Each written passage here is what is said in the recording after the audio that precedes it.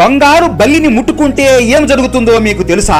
ఒకానొక సమయంలో గౌతమ మహర్షి ఆయన ఆశ్రమంలో ధ్యానం చేస్తూ ఉంటాడు. ఆయనకి ఇద్దరు శిష్యులు ఉంటారు. మీరు ఇద్దరు వెళ్లి ఈ 2 చెంబులకి నీరు తీసుకుని రండి అని చెబుతాడు. వారు ఇద్దరు సరే అని పక్కనే ఉన్న నది దగ్గరికి వెళతారు. వారు చెంబులలో నీరు పట్టుకుంటూ ఉండగా 2 బల్లులు వారి చెంబులో పడతాయి. వారు అది గమనించరు. శిష్యులు ఇద్దరు ఆ చెంబులని మహర్షి దగ్గరికి తీసుకుని వచ్చి ఇస్తారు. ఎప్పుడైతే ఆ చెంబులలో ఉన్న బల్లులని చూస్తాడో గౌతమ మహర్షికి విపరీతమైన కోపం వస్తుంది. నేను ఇంత దివ్యమైన కార్యం చేస్తుంటే మీరు అశ్రద్ధతో కనీసం ఈ ఒక్క పని కూడా సరిగ్గా చేయలేకపోయారు అని వాళ్ళ మీద అరుస్తూ వాళ్ళ ఇద్దరిని శపిస్తాడు. ఒక శిష్యుడిని నువ్వు బంగారు బలిలాగా మారుతావు అని, ఇంకొక శిష్యుడిని నువ్వు వెండి బలిలాగా మారుతావు అని శపిస్తాడు. ఆ 2 బల్లులు గౌతమ మహర్షిని ఎన్నో రోజులు సంవత్సరాలు మా తప్పుని క్షమించమని వేడుకుంటూ ఉంటారు. వాళ్ళ తప్పుని అర్థం చేసుకుని మీరు ఇద్దరు కాంచీపురానికి వెళ్లి అక్కడున్న వరదరాజ